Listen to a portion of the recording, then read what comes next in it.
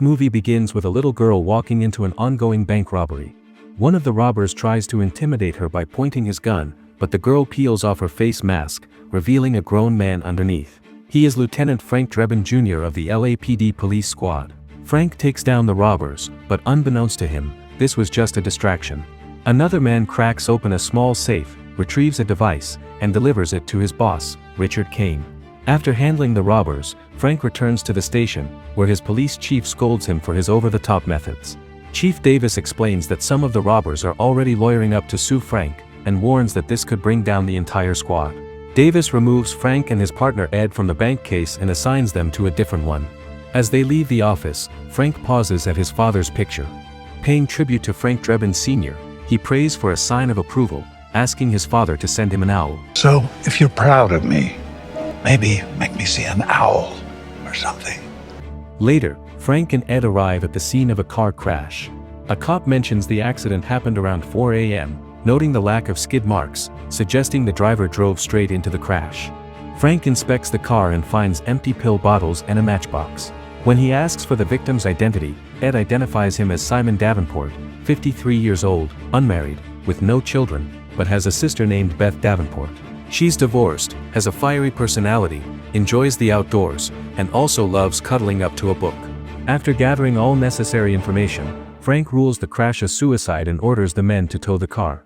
Back at the station, Detective Barnes informs Frank about the bank robbers. She explains that none of them knew who they were working for and had even been instructed not to take the cash, which raises further questions. Soon after, Frank is told that someone is waiting for him in his office. He steps inside and finds Beth Davenport.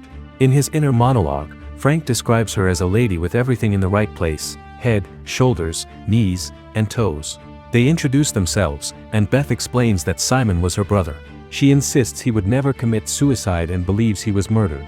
When Frank asks why, Beth says Simon had called her the day before, warning that something bad was going to happen to him. Frank asks about Simon's background, and Beth explains that he was a computer programmer at Eden Tech, a company owned by Richard Kane. Frank recognizes Kane as the so-called genius trying to save the world with electric cars. Beth suggests Frank meet Kane and check Simon's driving record for inconsistencies, but Frank cuts her off, reminding her to leave the police work to him. Although he agrees to look into Simon's death, Frank warns Beth not to interfere. Before leaving, Beth hands him a flyer for a book reading she's hosting that week, just in case he wants to contact her. She reveals that she writes true crime stories, based on fictional characters of her own creation. That evening, Frank drives to Eden Tech, where he meets Richard. They exchange some quick banter before Frank brings up Simon Davenport. Richard praises Simon as a tech genius and claims his suicide was caused by depression, but Frank classifies it only as a possible suicide. While discussing technology and the modern age, Richard pulls out a matchbox identical to the one found at the crime scene. Frank comments on it, and Richard explains that it was made by one of his companies. After their conversation, Frank leaves, and Richard makes a call, requesting that someone give Frank one of the company's electric cars. Back at the police station, Detective Park interrogates one of the robbers from the bank. The robber denies ever being at the scene, claiming to be a victim of the law. Frank steps in and takes over the interrogation, but the robber still denies involvement. Frank then calls Ed and Barnes to roll in the footage from his body cam. Ed complies, and they watch clips from Frank's chaotic daily routine. Dispatch, this is Drebin. Oh yeah, chili dog. Breakfast of champions. And a little black coffee. You can fast forward a bit. Oh, I need a bathroom. I'm gonna ruin another suit. Police prisoners. There's a line, man. Come on. Eventually, they reach the bank robbery scene, and Frank points out the suspect. The robber finally cracks and admits that the robbery wasn't about the money. He reveals that whoever hired them wanted something from a safety deposit box. Frank goes through photos of the boxes and asks Ed to check who each belongs to. Eventually, Ed finds a name on the list, none other than Simon Davenport. Meanwhile, at Eden Tech, Richard meets with his group of billionaire associates. He discusses a device called the plot device, short for Primordial Law of Toughness device. He shows them a video demonstration. Once activated, the device emits a frequency that reverts the human psyche to its primal state, turning people violent and animalistic. Richard plans to broadcast this frequency on a global scale through mobile devices. While humanity tears itself apart, He and his billionaire allies will hide in a secure bunker. When the chaos subsides, the survivors will be welcomed into the safe haven he plans to build. Back on the streets, Frank continues his investigation and follows a lead to a nightclub. There, he meets a bartender who still holds a grudge against him for shooting his white brother. Frank eventually butters him up smoothly, and the bartender eventually reveals that Simon had visited the club for a drink. After questioning the bartender, Frank spots Beth Davenport. They greet each other, and Frank reprimands her for interfering with police business, reminding her that real-life crime isn't like the stories in her books. Beth counters that Simon was her brother and insists on seeing the case through to the end. While they talk, Richard notices them and approaches. Frank quickly realizes that Richard doesn't know Beth is Simon's sister and introduces her under a different name. Frank then asks Richard if he can review the club's security footage from the day Simon was last seen, but Richard refuses, citing privacy policies. With no other option, Frank prepares to leave with Beth, but Richard insists on getting to know the beautiful, fiery lady better. Frank tries to object, but Beth agrees to stay with Richard, keeping him distracted while Frank sneaks into the security room. Just as Frank is about to be discovered, Beth takes over the stage and begins singing, diverting attention away from him. After neutralizing the guards in the security room, Frank reviews the footage. He discovers that Simon had been at the club with Richard, and after Richard left, Simon spoke with another man, a journalist investigating Richard for corruption. With enough evidence in hand, Frank heads to Chief Davis's house. He explains that something suspicious is going on and that Richard is connected to both Simon's death and the bank robbery. Davis scolds Frank for continuing the bank case against her orders and suspends him for 2 weeks. She warns him to be careful, reminding him that Richard is a powerful man who has made large donations to the department, including the electric car Frank drives. After his suspension, Frank heads home for the night but runs into Beth. She asks what he discovered in the footage, but Frank isn't in the mood to talk. Beth eventually softens and suggests having dinner together.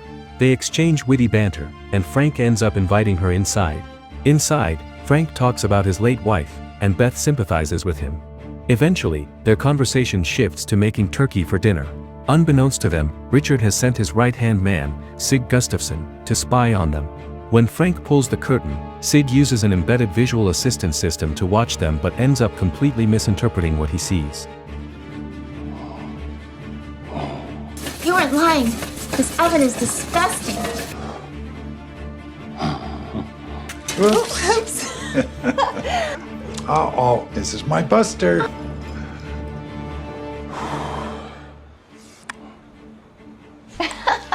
Silly dog. I don't like this. It's so strong. Frank and Beth's playful moment leads them to open up to each other, and they eventually seal their feelings with a kiss. After the weekend, Frank continues his investigation and decides to meet Douglas, the investigative journalist seen in Simon's camera footage. Upon entering Douglas's house, Frank finds a bloodied knife and a recording device with a note instructing him to record himself saying he did it. Frank reluctantly complies and continues searching the house, only to find Douglas's lifeless body in the bedroom. That's when it hits him, he's being framed. He tries to clean up the scene but only makes things worse. Moments later, the cops burst in and catch him red-handed. With no other option, Frank leaps out the window and escapes in his car. As he drives off, the vehicle locks itself and suddenly accelerates. While Frank struggles to regain control, a call comes through from Richard. Richard finally confesses that he killed Simon by remotely controlling his car after Simon discovered incriminating information about him. Now, Richard plans to do the same to Frank, sending his car into the water to make it look like he murdered Douglas and then drowned himself. Richard also reveals that he intends to launch the plot device on New Year's Eve before ending the call. Frank desperately searches for a way out. After multiple failed attempts, he finally manages to jump out of the car just in time. He rushes to Beth's place to warn her about Richard's plans. While there, he gets a call from Ed, who fills him in on the situation. The entire police squad has been decommissioned, and every cop in the city is now hunting Frank. Ed also tells him about Richard's right-hand man, Sig Gustafson, saying if anyone knows Richard's full plan and location, it's Sig. Frank's team track Sig down and capture him by gassing him unconscious. When Sig wakes up, Frank questions him, but Sig refuses to cooperate. Frank grows more intimidating, painting a terrifying picture of the kind of torture Sig would face in prison. Fearful, Sig finally talks. He reveals Richard's full plan and the location of the event, the WWFC. Armed with this information, Frank and Ed head to the site. Before they split up, Ed gives Frank a pair of earplugs to protect him from the frequency if it's activated. Frank admits he's worried about Beth, saying he's been trying to reach her but hasn't been able to. Meanwhile, Beth, dressed as one of the characters from her novels, arrives at the WWFC building and heads to the VIP room where Richard is. Richard compliments her new look, and after some small talk, Beth discreetly reaches for the gun in her purse. When she pulls the trigger, it clicks empty. Richard smirks, revealing he knows who she truly is. He tells her he's read her books and is familiar with one of her novel characters trying to play the wannabe assassin. He orders his men to tie her up. At the same time, Frank climbs to the top of the building where the giant New Year's ball is hanging. He opens it up, searching for the device, unaware that the support lever has come loose and his clothes have been snagged off in the process. When he finally retrieves the device, he steps out, half naked, into the open, facing a shocked crowd. Frank tries to warn everyone about the impending danger, but the crowd laughs at him. Richard, enraged by the interruption, orders his guards to put in protective earplugs and goes after Frank himself.